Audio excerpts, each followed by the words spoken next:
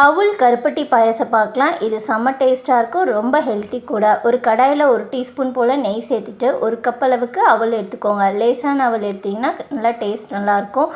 அதே கப் அளவில் தண்ணி சேர்த்துட்டு நல்லா வேக வச்சுக்கோங்க. 1/4 கப் அளவுக்கு கருப்பட்டி எடுத்துகிட்டு 1/4 கப் அளவுக்கு தண்ணி சேர்த்துட்டு அதையும் நல்லா சைடில் கொதிக்க வச்சாலே போதும். ரொம்ப பாகுலாம் தேவையில்லை. ஃபில்ட்ரு பண்ணிவிட்டு அந்த அவலோடு சேர்த்துட்டு நல்லா ஒரு கொதி வரட்டும். கொஞ்சமாக உப்பு சேர்த்துட்டு ஒரு வாட்டி நல்லா மிக்ஸ் பண்ணிக்கோங்க. மிக்ஸ் பண்ணி நல்லா அவல் நல்லா வெந்து வந்துடுச்சு. வெந்து வந்ததுமே ஸ்டவ் ஆஃப் பண்ணிடணும். ஆஃப் பண்ணிவிட்டு தான் 1 கப் அளவுக்கு பால் சேர்த்துக்கணும். சேர்த்துட்டு நல்லா மிக்ஸ் பண்ணிக்கோங்க. மிக்ஸ் பண்ணிவிட்டு இப்போ நம்ம ஒரு தாளிப்புக்கு ரெடி பண்ணிடலாம். நெய் சேர்த்துட்டு திராட்சை, முந்திரி, பாதாம், பிஸ்தா, வால்நட் எது வேணாலும் சேர்த்துக்கலாம்.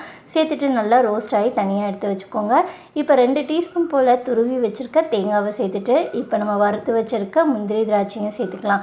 அவ்வளோதான், செம்ம டேஸ்டியான அவுல் கருப்பட்டி பாயாசம் ரெடி ஆச்சு. கண்டிப்பாக ட்ரை பண்ணி பாருங்கள்.